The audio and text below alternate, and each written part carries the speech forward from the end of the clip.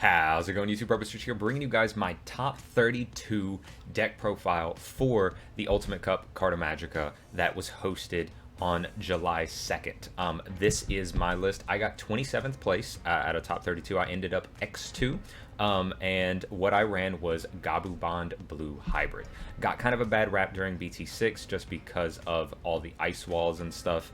The matchups weren't near as engaging in my opinion because it was who had more ice walls or something like that. But in this format and the way that I have the deck built, I had a blast playing it.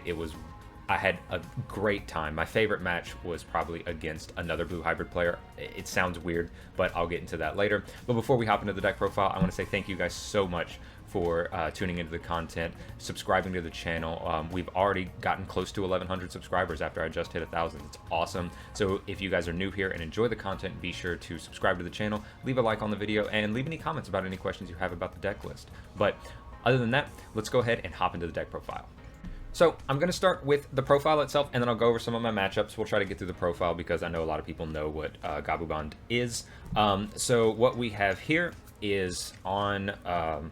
for our eggs, we start off with 4 copies of Upamon and 1 copy of Kiaramon. So I know a lot of blue hybrid lists, pure blue hybrid lists, will just run 4 Kiaramon and 1 Upamon, but since I'm playing Bond, I play a little bit more aggressive. I don't like to sit back. There are some matchups where you have to, and that's why we also run the blue hybrid package, but at the same time, I don't prioritize sitting back. I'm usually going face, and if I can strip a source, or if they hard play a body, which there's a decent amount of in this format, I can usually get a draw with an Upamon over than sitting back and stripping source. We don't run full source strip. We do have the Tommies, which you'll see. We do have Kumamon, but the aggression and the draw power that Upamon gives, I just enjoy that way more. Even back in blue hybrid days, I ran for Upa over Kiaro just because I didn't like Kiaro as much. Next, for our rookies, we are playing Gabubond, so we'll just go over the Gabus first. I'm running 10. I'm running EX or BT6 Gabu. This is the one that lets you restand. I'm running EX02 or EX01 Gabu, and then I'm running Draw Gabu as just another 8th and 9th copy with a little bit of effect if I play him. Gabu, this is a format, if you're going to play this deck, that you need to know there is blue hybrid in the format a lot. There's a lot of source strip. So when you use your bond, make sure that you declare this Gabu first. I never had it come up, but I was always afraid that if I hit a Tommy or something out of security and I used Bond's effect to unsuspend first, they're both optional, then I'll lose this effect. Now, maybe your opponents won't think about it too much, but it is something that you have to think about. So make sure that whenever you use it, that you use this effect first over the Bond effect, just in case. This Gabu is great for the inheritable that lets you search a Tamer or another Gabu. So if you're missing a Bond or you're missing Tamers and you have something to evo on top of, which we have other than just hybrids, I'll get to that in a second. This is really good. And then, like I said, this Gabu is just for draw. We're running 10, but we also have some rookies. This is 4 copies of Strabimon. Now, I said I wouldn't really change anything about the list. Strabimon was good. Strabimon always nets you something. Almost, and a lot of the times nets you 2 things, but you may want to drop this out for meta calls. I ran into a little bit more blue hybrid, and then when I run into the yellow hybrid specifically, I needed a way to stop Jet Sylvie. I mean, one game they saw all 4 Jet Sylvies, and I had a struggle getting through that. Like I said, I lost, I said in earlier that I lost that, or I went X2, so that was one of my matches that I lost. And Siakomon would have helped a ton. I really don't want to lose Strabi, but if a meta call, you could maybe cut one of the Gabus, but it hurts the consistency of having your Gabus. And then cutting the Strabi hurts a little bit, but you might need Siakomons. Sure, memory boosts and stuff are prevalent, so Madoki might be a thing, but Siako would have been the biggest clutch thing. Just hybrid for 1 was the biggest pain in the ass all day. And then we'll go into our hybrids. This is one of the issues that I had against Red Hybrid OTK. I got to Red Hybrid OTK was my round 1. Game 1, they got the full stack and OTK'd me. I had something on the field that you'll see that could have stopped it, but then they used Blue Plugin, made him unblockable and jamming. So that didn't do anything, and then he had Blitz on me. So I was just dead in the water. Then I won game 2, and then in game 3, I couldn't find these. We only run 8. That is probably a big... I mean, some blue hybrid lists only run 8, but it was really rough when I didn't see one of them. Like, I had a couple in trash. I think I bottom decked a few, which was unfortunate. But if I would have had like 9 or 10, but I don't want to have 9 or 10 because it's not pure blue hybrid. And this is, you know, Kumamon just evolves on top of our Gabu sometimes so that we can get the Gabu effect to search your Tamers and your Gabus. So we run 8 hybrids, the 4 Koris, the 4 Kumas, and then for our last level 4s, we run 2 copies of Leomon from EX02. I was at one point running 1 of this and 1 Magna Garurumon, and then Magna didn't seem to come up as much. This Leomon, though, this Leomon came up huge. In testing, it was great because my opponents didn't necessarily want to swing at me, even with like a 4K, to trade, because they didn't want to pass turn, they didn't want to give me the draw power, they didn't want to give me the extra memory when they delete it. And this was really good. Like I said, it would have been cracked against Red Hybrid. And in every other matchup that I ran into Red Hybrid 3 times. And in all but the first matchup against Red Hybrid, this card was cracked because they couldn't just OTK me, they'd pass turn. Unless they had something like Double Gravity Crush or Gravity Crush or something like that.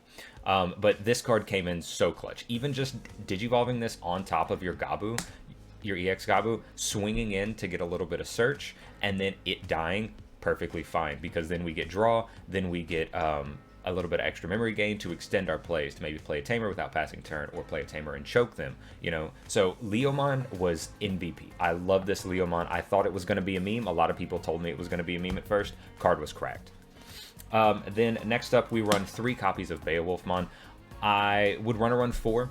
Can't find the room. It's the list is very tight.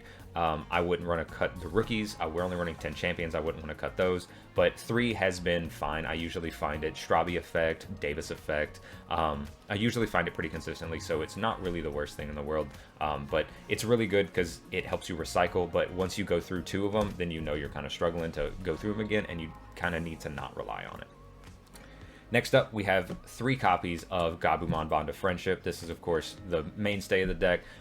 It doesn't always need to come up, but when it does, it comes through clutch. There have been many games, which I'll show you in a little bit, that because of this and one other card in the deck list, it won me games. I mean, it won or lost me games, and so many games I just clutched it out because of Bond of Friendship, going in, swinging 3 checks or more. But Bond is just an incredible card. I love the ability to just warp into it and just OTK out of nowhere. Next, we'll get to our Tamers. We're running 3 copies of Davis. Of course, we're running 4 copies of Matt, 3 copies of Tommy, and 2 copies of Sora and Joe. So Davis at 3, I think, is fine. Davis at 3, you don't need to see him more than once usually. I mean, sometimes it's nice, but you want to see him out of security if you have to play one of them. 4 copies of Matt is a must. I mean, there was one game I had 3 of them on field.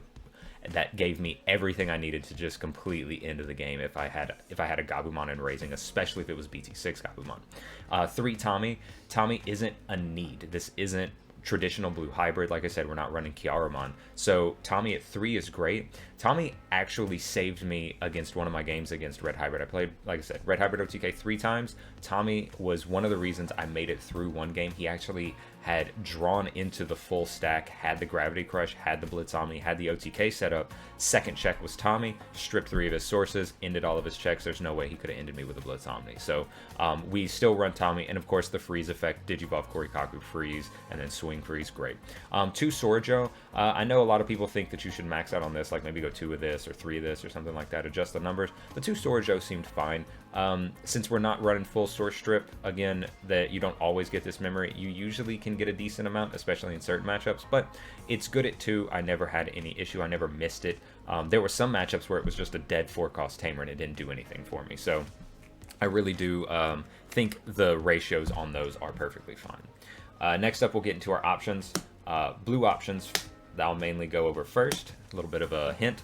We're running 3 Hammer Spark, 1 Ice Wall, and 2 Howling Memory Boost. I know it seems a little low on the Howling, and then I'm not maxing out on Hammer Spark, but I had to find room for all the Tamers, all the Leomons, all the Gabumons, and the 2 other cards that I'm running, but this seemed to work fine. I mean, Hammer Spark came in clutch, 3 was perfectly fine. You basically still have 4 with the Ice Wall for security effects, and then 2 Howling was fine. We're not going full Source Strip again, so we don't always need the Howling to get there, to get rid of the last few sources. But I mean, when you have it, you have it, and it's nice to just have the memory boost. Usually this deck can run on a little bit less memory manipulation because we have the Tamers like Sora Joe and Matt. So when we raise, we gain a little bit of memory, and they can't stop that with something like a Madoki or a memory blocker. So this was really good. I enjoy this ratio. So that we could fit in the last two cards, plug in, offensive plug in A. This card was the MVP of the day,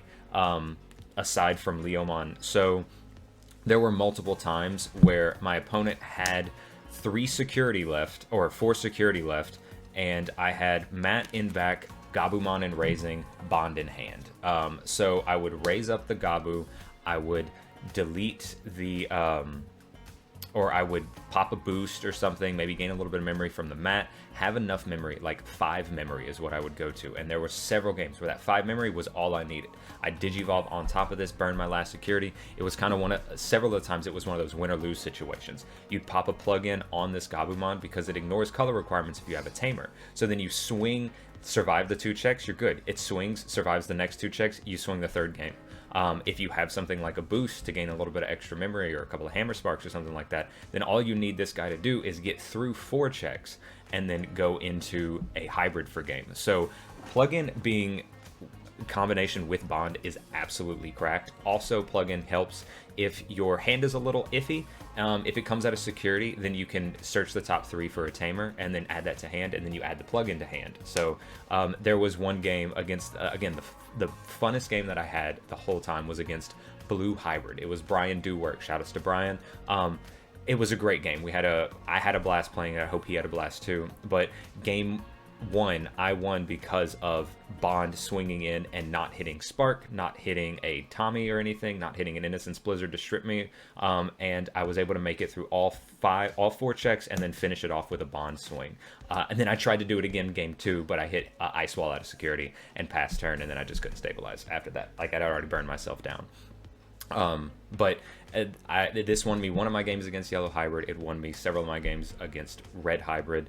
Mastemon, it was the saving grace for that matchup. So Red plugin has been absolutely incredible. 2 is fine. If you run more, it gets a little clunky, so I wouldn't really run more than that. But all that being said, guys, that is going to be the deck list. It was a awesome time playing in the Carta Magica Ultimate Cup. I was so happy to have placed. The last event I placed in, I didn't do as well. Like Nats, I was 1 game away from making it to day 2, so it was nice to come back for the Carta Magica one. Bringing Gabubond again. Yes, it's Blue Hybrid still, but it's Gabubond Blue Hybrid.